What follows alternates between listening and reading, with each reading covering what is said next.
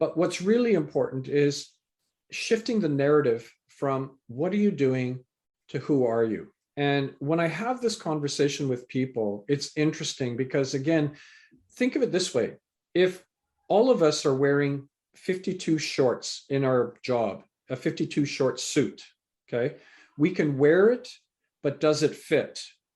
It's going to fit everybody differently, and many people it doesn't even fit. So they're in jobs and careers that don't fit. I want to find a tailored solution, a tailored opportunity for this. The way that I do this is create what I call the 5 core elements.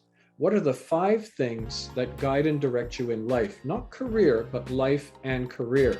Hello and welcome to the Disrupt the Everyday podcast. We're here to help you navigate life while disrupting the status quo. Our discussions cover a number of topics relevant to everyday life. We discuss everything from relationships to entrepreneurship. We also engage in some difficult but important conversations. And now, here are your hosts, Brian and Tanya Hamilton. Welcome to the Disrupt the Everyday podcast. Today we are joined by Sam Thiara. Sam, thanks for joining us today. Thanks for having me here, and I look forward to sharing stories and insights. Yeah, and we're looking forward to the conversation. Now, the way we always like to kick things off is by giving our guest a chance to introduce himself, and we'll do that by asking, who is Sam Thiara? All right, so it's almost like my elevator pitch, and the way I describe myself, there are 5 things that guide and direct me in life: servant leadership, story sharing, activator igniter, champion enabler, and community do-gooder. Those 5 things have enabled me to help individuals, teams, organizations, educational institutions, and nonprofits to their pinnacle best. But it's also enabled me to become a speaker and a storyteller, an author, writer, blogger, entrepreneur, mentor and a coach, problem solver, educator, and a community activator. That's how I would describe who I am. Well, there's a lot there in that description, and it sounds like you're a person who has a lot on the go. So what does a typical day look like for Sam? First thing, there is nothing typical, or the typical thing is there is no typical. My schedule is at best wonky. I do know that there are 2 days where I have to be teaching, so there's the structure right there.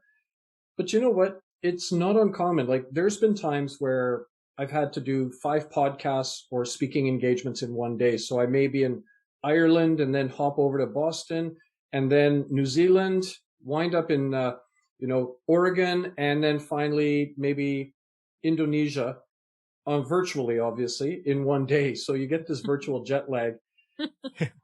I think the way it is I look at what my priorities are that are coming, and then I build my calendar accordingly. So the benefit of this is the fact that I have a lot of latitude and flexibility. Some days I cram quite a bit. Like, it might be from 8 in the morning to 11 o'clock at night, just pretty much all jam-packed. And other days that are just totally open, so that I use those days as my reflection and my days to just, recollect my thoughts and maybe focus on outlets that aren't related to my daily activities and things. But, there are things I would say, for example, apart from teaching and marking and building out the lectures, it is about podcasting and speaking as a guest. It's also about doing 3 to 8 mentorship conversations per week, or mentorship coaching sessions. And many of them are young people trying to figure out what life is. And so I try to help them navigate and shift from what they're doing to who they are. And my outlet would be either writing or woodworking. Now, in terms of mentorship, and actually it sounds like you have a pretty structured process for that. Mm-hmm. What was kind of the catalyst for you realizing this was something that you could do to benefit other people and actually, taking that step? Actually, it was just by my own journey. I mean, I went through university. I got my degree in business and political science. And I remember sitting at graduation thinking, okay, who's going to be lucky to get me? And then I did what we normally will do, is we'll apply for jobs. And I started, and back then it would be writing letters or typing letters and then either hand delivering it or popping it in the mail. And I remember I did 12, and I was sitting back going like, okay, who's lucky to get me? Well, after 2 weeks, a letter arrived. And I opened it up and it said, well, thanks for applying. We're not sure what you're applying for, but good luck in whatever you're doing. And I thought, okay, well, that's fine. You're not lucky to get me. But you know what? Somebody out there is. And I said, well, there's still 11 letters out there. I'm going to send out 3 more. So I looked for different companies and sent off letters. It started to become like the tide. The more letters I sent out, the more rejections I received. And what I have is 86 rejection letters. It literally is the size of a brick and as heavy as a brick of companies who said, we're not sure what you're looking for. You don't have any experience. Good luck. And I remember, it started to shift from, who's lucky to get me to, am I lucky to get a job? So these 86 rejection letters that I still hold helped me to realize I was not prepared. Now, I did get my first job. I mean, think of it this way, entry-level government job makes sense because business and political science. So my first job was emptying rubbish bins and mopping floors in a hospital as a janitor with my degree on the wall. But I always looked at things from a different perspective. Instead of looking at it as a negative, I said to myself, okay, there's 3 valuable life lessons that I pulled from being a janitor. First lesson, my father said, I don't care what you do the best job possible. Do you know what? There was no floor cleaner than at the end of my shift and no rubbish bin left full and that is what I do even to this day, is putting the quality and care in anything I do. Second thing, there were times that I would get on an elevator and nurses, doctors, administrators wouldn't even acknowledge me because you're a janitor and we are professionals. We have nothing in common. I know what that feels like. Everybody has a story and I will listen to everyone's story. And that goes to what you were asking about the start of that journey. And the third valuable lesson is that anything that we do in life, anything we do, instead of looking at the obvious of what you're doing, start digging deeper on what can I learn. And there's so much we can learn from anything we do in life. What's interesting is I look at those letters that I still hold, those 86 rejections. If one of those rejections would have materialized, I wouldn't be here talking to you today. And I look at many of these companies that are those 86, many of them don't exist. I still do. I outlasted these companies. And so will your listeners because they are so resilient. It's guided me, and it comes to one of the most important quotes that I live by, that obstacles are the necessary bricks on a road to success. Those letters were obstacles. And those letters meant that I never feared the obstacle. I embraced it and I moved forward from it. And that's carried me all the way to today.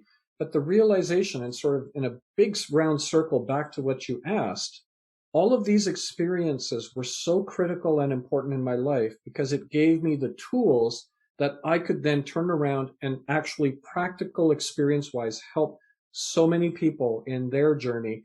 It's been about 5,000 conversations to date to help them in their journey to realize who they are, not what they want to do. Well, there's so much with that.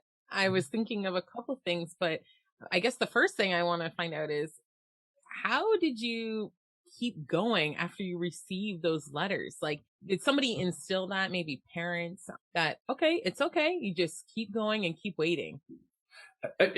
Thank you for that. And actually, you're right.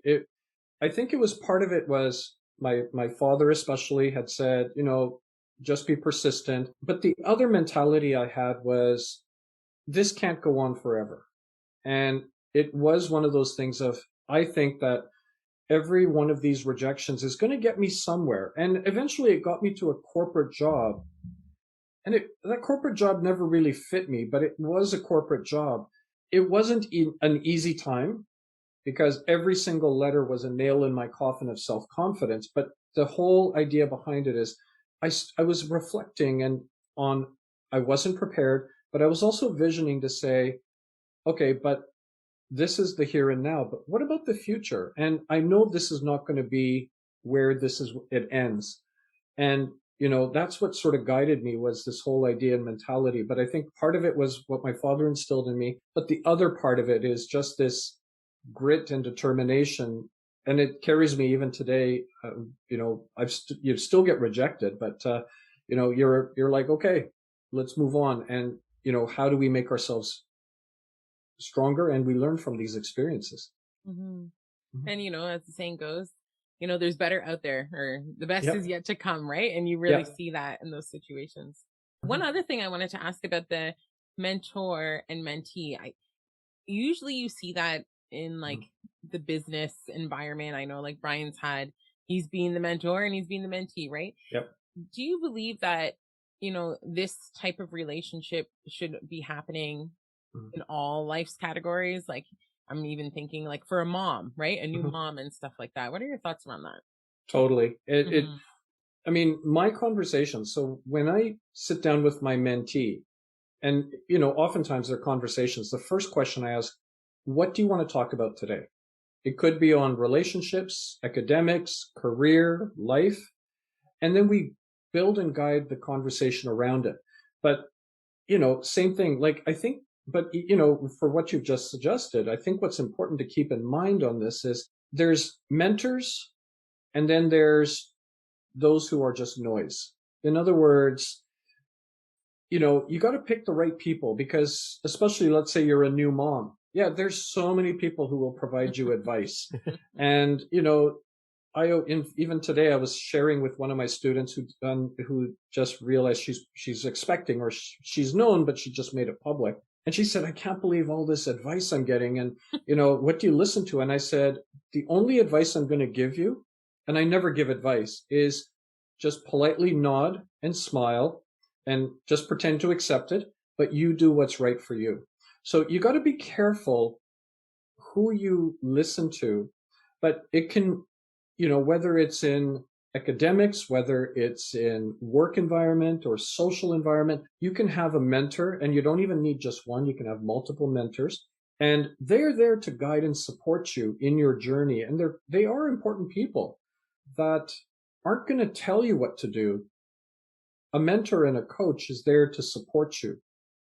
I think the best way I describe it is, I guess for what I do for a living, people come to me looking for the answers at first. And they see me as this orange saffron bearded man on top of a mountain. Now I live in the mountain and I got a beard, but no orange saffron robe. And I call myself the difficult monk. And what I mean by the difficult monk is, you come to me looking for the answers. Actually, I'm just going to ask you a bunch of questions, because the monk you seek lies within you. The answers lie within you. And there's enough people telling you what to do. I'm not going to do that. What's important to you? How do I support you? And how can I help you get where you need to go? Yeah, and it's a great point too, because I think the best mentors are the ones who are able to ask the right timely question. Yeah. And the one thing I would say, I feel like, I would agree with your point that there's mentors to be sought for all areas of life, not just necessarily necessarily work. When it comes to being a father, a husband, getting the experience of the people who've been there, done that is going to be beneficial. Yeah. And in terms of actually being a mentor, it's a rewarding experience as well. Do you have any mentorship experiences that kind of stick out to you as those ones where you really feel like you've been able to help somebody make an impact? Oh, there's so many. And it goes back to what Sir Isaac Newton said. I've been able to see far because I stood on the shoulders of giants. And these people have gone on to do amazing things in life. And I don't stand there going like, yes, you may thank me now. No, they're successes. But I'm connected to these people who have gone on to do such amazing things in life. And it's interesting because the flip side, and if I may just add to that, Brian, is you also see the mentorship fails. And I get people coming up to me saying, yeah, just a mentor who says, yeah, the relationship never really worked out. And I'm like, okay, so tell me about that. And one person said that he's in the, sort of in the finance industry, and I wanted to get this mentee, and that's what I, put as a request, that I could then take them and guide them along, and maybe even get them a job, and even in our firm potentially, but, just basically pull them under my wing. But the person they gave me had relatively bare minimum amount of finance experience, and it just never worked out. And I looked at him and I said, okay, but did you talk to the mentee to realize what they were looking for versus what you were looking for? And he suddenly, you could tell in his eyes, he started processing it, and he said, like he thought it was a mentorship fail on the mentee side, or the organization that organized it. But the organization was like, here's somebody that's in the industry who can tell you about the industry and all that. And, I think that unfortunately, I always think mentorship programs, unfortunately, can be like awkward dating. You're just putting two people together. Here you go. And okay, we'll see you in a year. And it's always interesting because I'm always asked to do orientation sessions. And I even tell the mentees, even the mentors, some of the best mentors have nothing to do with your area of what you think you want. I get finance people and I have nothing to do with finance. And the students will go to the organizers. I think you made a mistake here. And they're like, no, just trust me on this. And then they said, well, okay. And then at the end of the program, they're like, okay, now I understand why. So if you're paired up with somebody that isn't even in your area, that could be a blessing. Absolutely. Now, you take an interesting take on the phrase carpe diem. As you know, we know what to mean seize the day, but you have a more, I guess you elaborate on that a little bit. Sure. Well, the first TEDx speech that I did was they asked me to speak, and I focused on storytelling, because that's one thing I do a lot of, is I integrate that into my speeches. I integrate that into my teaching. And I just remember the topic was about, okay, I want to tell people how to build stories. And I had to sit down and say, okay, let me break it down. And I came up with carpe. And carpe is how I go about and what I call discovering the extraordinary in the ordinary. In other words, we live in a world that can seem ordinary, but embedded in the ordinary are these tremendously extraordinary experiences. So what carpe stands for, or the process you go through to build your stories, the first one is curiosity. Go through life with a curious nature. Ask questions. Be sort of open to experiences, so curiosity. Once you've done that, appreciation. Appreciate whatever it is that you're experiencing for more than what it is. R stands for reflection. So start adding purpose and meaning to this and start really focusing on it. And the way that you add purpose and meaning is through the P, which is perspectives, because your perspectives is historically everything that you know. So when you start reflecting, your perspectives will permeate in, and then it even gets deeper and more significant. And if you don't capture your story as an experience, which is the E, your story dies an untimely death. I'll give you a quick example of how you discover the extraordinary in the ordinary. So for example, oftentimes I carry with me puzzle pieces. And so, I hold up a single jigsaw puzzle piece. And if I give you a single jigsaw puzzle piece, what can you do with one piece? Not much. And oftentimes when I give this to people, they look at it going like, okay, and they sort of look at it in a bit of a way. That's ordinary. So single piece is ordinary, but this is what people feel like. They feel like a single piece of a jigsaw puzzle. They don't know where they fit in. They don't know the bigger picture. But right before your eyes, I'm going to convert ordinary into extraordinary. Because if you think of it, I have a satchel with puzzle pieces. And if I give you a single piece of a jigsaw puzzle, my puzzle will sit permanently incomplete. It will never be finished without you and how important you are to me. That's now become extraordinary. And I've given about 5,000 pieces to remind people how important they are. And, I've heard from people saying it's taped onto my mirror and it reminds me someone told me I'm important. It's traveled in backpacks around the world. It's in wallets and they show me at events, or they frantically come looking for me to ask for a puzzle piece. And I think how the carpe fits into this is, I was thinking about connectedness, and curiosity stopped me when I saw a jigsaw puzzle. Okay, so curiosity. And then I saw these pieces and I appreciated it for more than what they are. They're more than just these single jigsaw puzzle piece, but what is it? So I started reflecting on it and adding significance through it. And then perspectives kicked in about the importance of being connected and my own journey of, feeling left out or people not interested in my story. So that perspective added into it. And to capture it as a story became an experience, so that now whenever I'm speaking at an event or teaching my class, I talk about the puzzle analogy and all of a sudden it just resonates with people. And that's an example of how you can make something ordinary into extraordinary. I like that. It's so true. Now, you mentioned purpose in there, and I personally enjoy talking about this. We've, had people on our show talking about purpose and passion. So what is your take on purpose? And do you have any practical tools you can share with us? Absolutely. I think we often throw the word passion around and find your passion, and that's going to unlock doors and things.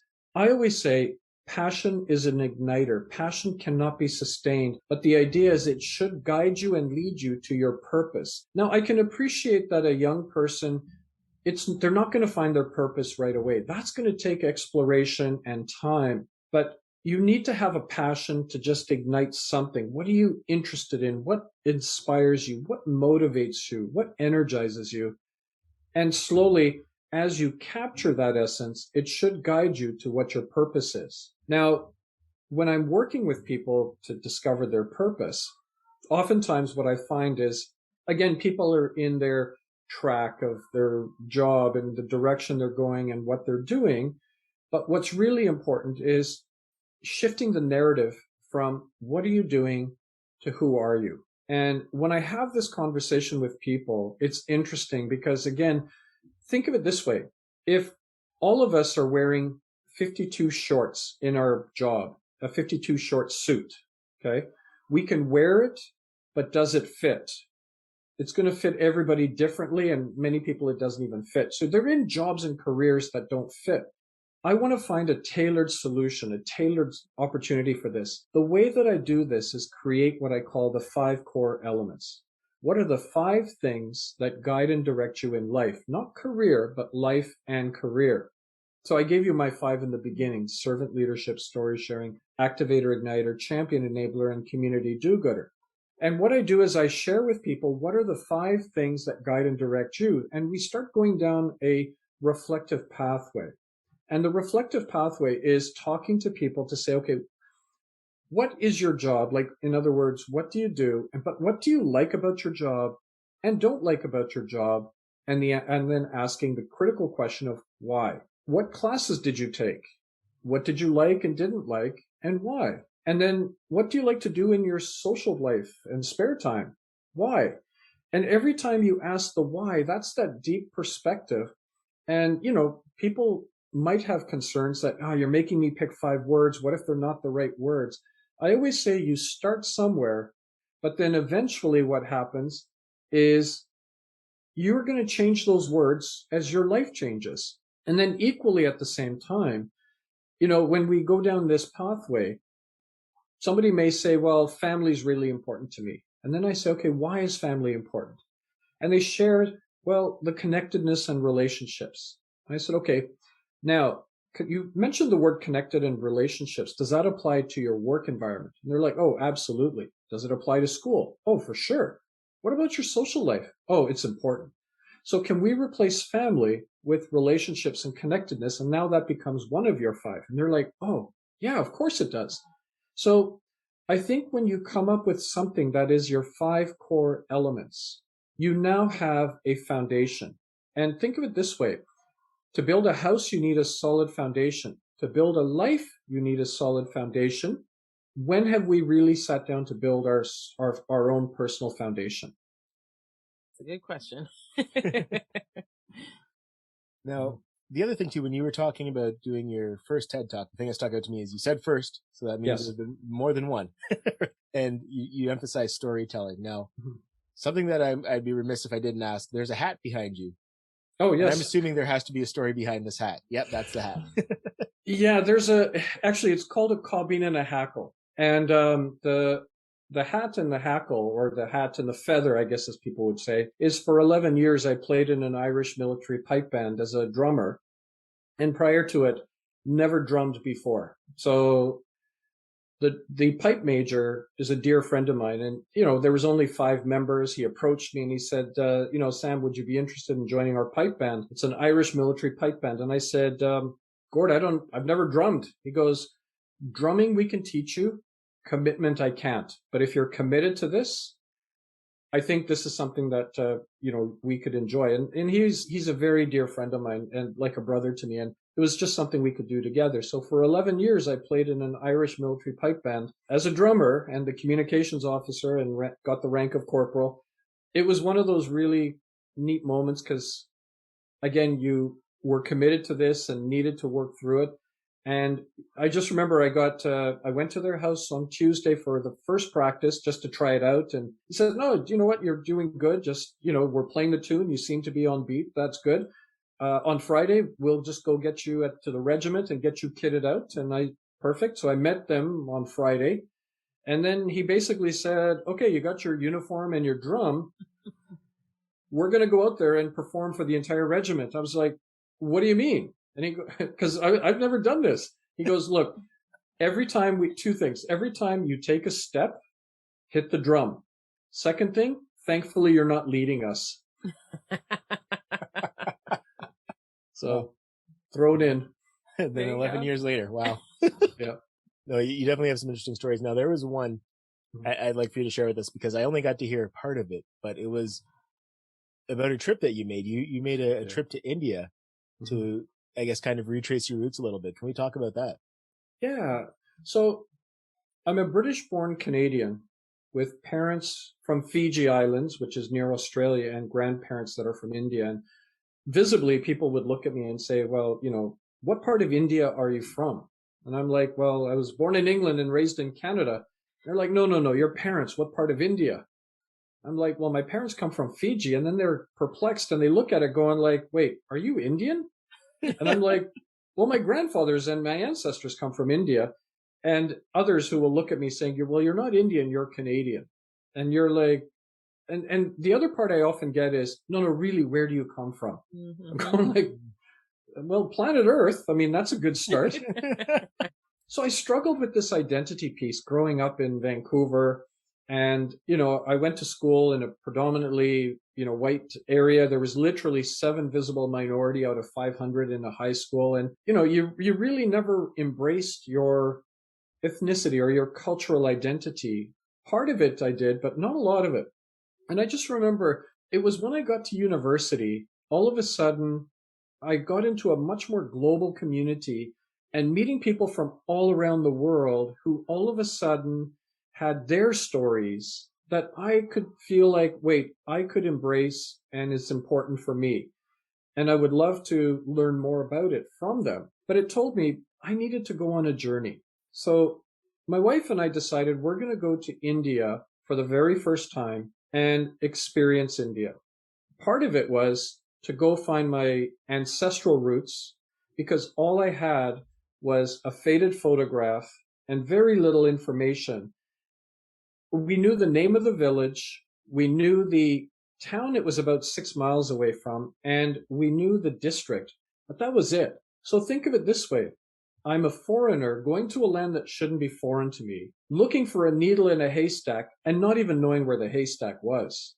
But the two things, and that's why the book is called Lost and Found, Seeking the Past and Finding Myself, because part of the journey was seeking the past, looking for my ancestral roots, but finding myself when I went to India for the first time. And it was interesting because I always saw my life as what I call a thali. A thali is a platter, which is it's an Indian platter segmented into dishes. So it's like Indian, Canadian, British, Fijian, and again, a bit of the Irish chutney locked in there as well. So there's those segments. And my life was always segmented. But what was interesting is I had this epiphany when I was in India. And the epiphany was, my life is not a thali. My life is what I call khichdi. Khichdi is this rice dish that is a blend of flavors and vegetables and spices. So rather than segmenting my life as a thali, India taught me that I'm khichdi and a blend of flavors. It's like making an omelet or, chow mein. It's just a blend of flavors. So I think that's something that many of us can embrace is, you know what? We are a blend of different cultural identities and we can embrace them all and really appreciate all of our cultural identities. Now, the other part of the journey was to go find my ancestral roots, my grandfather's house, with just that faded photograph. And it was interesting because all of a sudden, there was a lot of noise about people who said, you can't find it. Why are you even looking? You may not get a good reception, but the chances of you finding it are pretty slim because you know what? You have no idea where this village really is. But I was persistent and I needed to do this for 2 reasons. Number one, No one else is going to do this. And it's our connection back to our ancestral roots is by a thin thread. And that thread, if it's broken, because if I don't do this, no one's going to do it, it's gone forever. And the other part is when I was 9 years old, my father became a paraplegic from an industrial accident. And I really wanted to do this for him. I wanted to be able to say, you know what, I found where our ancestors are. Well, I went to India, and it's a country that I don't think anything will ever prepare you for India. The noise, the scents and the sounds and the smells, everything just is overwhelming. But at the same time, there's magnificence, and then there's the poverty and everything in between. So we went on this journey to find my ancestral roots. And there were setbacks. There were times we would be traveling and we thought we had the right place and the right people. We go to a place, and I even write in my journal, there was this anticipation as well as this excitement. But then after 5 different house visits and people putting us in the wrong directions, we realized this wasn't even the right village. And it's a defeatist approach that I had, that I felt like I got close, but not close enough. The next day, we just decided, forget that. Let's just go back to the basics. Let's get to the town that's supposed to be 6 miles away and talk to people. And I remember talking to people, and our driver was talking to people, and there was a lot of people who said never heard of it and whatnot, and I'm like, okay, this isn't going to materialize, until one person said, wait, okay, are you looking for this village? Oh, well, if I'm correct, it's up the road this way 6 miles. So we're like, okay. So we drive in a direction, but again, I'm very guarded at this point because of the setbacks. And I'm sitting there watching, and there's this archway we approach, and an old man seated there. And we basically show him this picture, which you can't even really make out the people on there. And, he says, oh, the house I can't tell, but there's a guy in the back, and I can't even see who that guy is. I think it's so-and-so, and he lives or used to live in this area. He gets into our vehicle. We drive to a house. People come out. And this one lady starts looking at this picture, and she says, that's me in this picture. Who are you guys? It turns out that this was the village, this was the house that my grandfather lived in and left. And I mean, it was one of those moments that you just sort of had to, am I hearing this correctly? Really, this is it? And it was a chain reaction of things that happened along the way. Like if that person in the town hadn't directed us, if this old man hadn't really seen this picture, we would never have been able to find this house. But I was very persistent. I went to India with Ziploc bags in my pocket because I said, if I find this village, I went out into the fields, I scooped up dirt, and then I brought the dirt home to my parents and my father and my relatives. So they all have a part of this piece of our village. It's a beautiful story, and I'm hoping that, more and more people realize that, everybody has a specific and an identity that, they can seek and they can find. It doesn't mean you have to find the exact house or location, but even if you are successful of, let's say, you're from Croatia and you go to Croatia, you don't know the village, you don't know the town or any information, but is there something that connects you back to this place? That's equally as powerful as finding the exact house. Mm-hmm. But that's the story. Oh, that's really nice, actually. So, when I'm listening to this, I'm thinking it's so true about just having that connection, however that may look. Mm-hmm. I know even with talking to our children, right? Our one son, we went to Nova Scotia before. Brian's Nova Scotian. His parents are from there. And we went for his dad's funeral, and our son, just fell in love with it. Mm-hmm. And he is very much the family oriented child, I would say, out of all of them. He just asks, usually weekly, when are we going back to Nova Scotia, right? And it was he felt that connection of being there, meeting family he hadn't met before, just knowing this is where some of our family is from, right? Mm-hmm. So, you see it in children and adults, if there's family members that you haven't met before. So yeah, it was just really nice to hear that part of the story. Yeah. No, and that's great that there's this connection because, and it's not just one connection. We have multiple connections to different places and different parts of our lives. And, and the important part is the need to share, because I started later in life to look for this village, and the information becomes very sparse. The information becomes very difficult to piece together because either people pass on or people start forgetting key components. I mean, how did my grandfather wind up in Fiji, of all places, from India? I mean, landlocked. And the way we can determine is one of three ways. Maybe coming from a landlocked country and then being on a ship for so long, maybe he had just had enough and said, when the boat docked in Fiji, I'm done. I'm getting off here. Or maybe he saw Fiji as the paradise it is and said, this is a very beautiful place. I think I'd like to get off here. Or maybe, because he was supposed to be on his way to Argentina, maybe he thought this was Argentina, got off the ship, and the ship left, and he's like, wait, this isn't Argentina? Okay, I guess I'm going to have to be here now. And because he had no other way to get back or anywhere. So, but you got to capture that information. And fortunately, I was able to capture it. My kids and my relatives, they've all got the story of how and where we emerge from and our relationships and things. So that's a beautiful part of it. That's amazing. Now, I actually want to unpack that a little bit more because I'm just curious. How did the rest of the trip go? What did you do for the rest of the time? Well, I mean, it was interesting because going to India, my wife is a tourist. I'm a traveler, and they're two different components. And it doesn't mean a tourist is not as good as a traveler. It's just two different ways of travel. A tourist just wants to see, but not experience. So, they want to, it's almost like you're looking through a window or a glass. A traveler says, no, I want to see this. Like, I needed to see the poverty, but not from a voyeuristic standpoint. It's just, this is what India has. What is the experience here? And what I realized from the poverty is it's at such a high magnitude, but equally at the same time, I got to experience resilience. I got to see a resilience in these people that I've never seen anywhere else. And it just, the whole idea behind it is, it reinforced I'm a traveler. I needed to see, parts of India that I only read about, the Taj Mahal or the Golden Temple, which is the holiest place for all Sikhs. Those I needed to experience, but then it was also the street life, the, eating at the hawker stations or the, what we call dabbas, roadside cafes and things like that.